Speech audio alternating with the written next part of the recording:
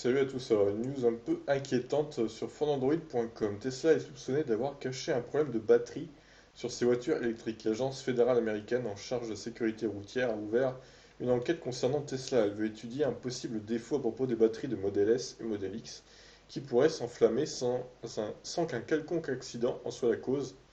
Il s'agit d'une requête d'Edward Chen, un avocat des consommateurs qui en est à l'origine du coup. Suite à une mise à jour du logiciel embarqué sur les Model S et Model X de Tesla, les propriétaires ont noté une différence importante en matière d'autonomie.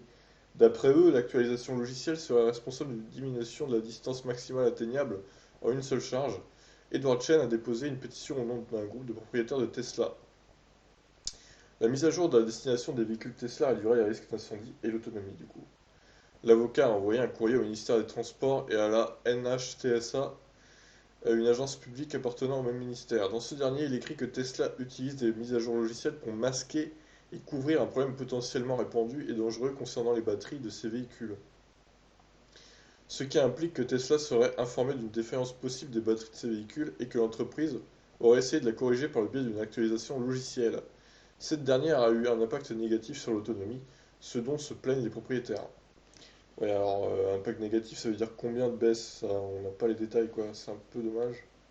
L'agence de la sécurité routière a ouvert une enquête à la fois sur les risques d'incendie spontané des batteries et sur un éventuel bridage de l'autonomie qui aurait été mis en place via une mise à jour. En cas de problème avéré, la NHTSA publiera un rappel qui pourrait avoir des conséquences financières et ternirait la réputation de Tesla.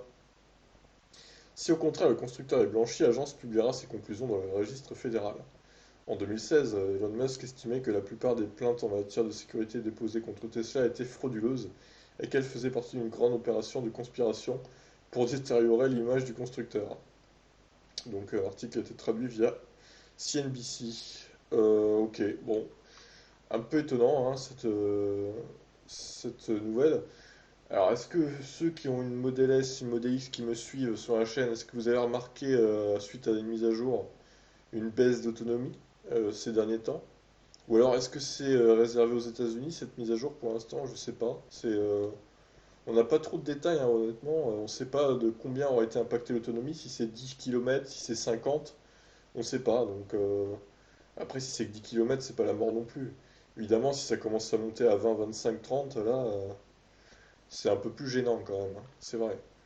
Sachant que Model S et Model X, c'est pas les modèles de Tesla qui ont le plus d'autonomie, à part les longues ranges respectives. Mais bon, les anciennes Model S et Model X, du coup, elles n'ont pas forcément énormément d'autonomie. Et je pense qu'elles sont aussi concernées, du coup.